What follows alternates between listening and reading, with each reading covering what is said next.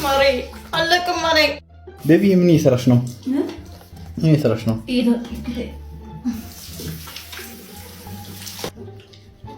አቃጠኝ በጣም ማለት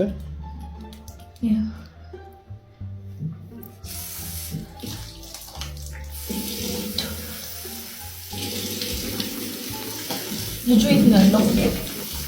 ሳሎን ነው ያየኸው ነው? አዎ ያየሁት ነው።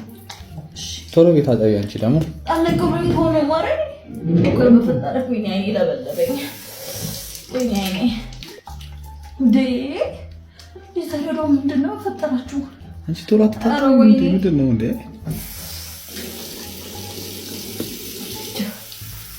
ማሬ አለቀም ማሬ በቃ ተወኝ ፊቴልኮም ሙጭር ያበርክ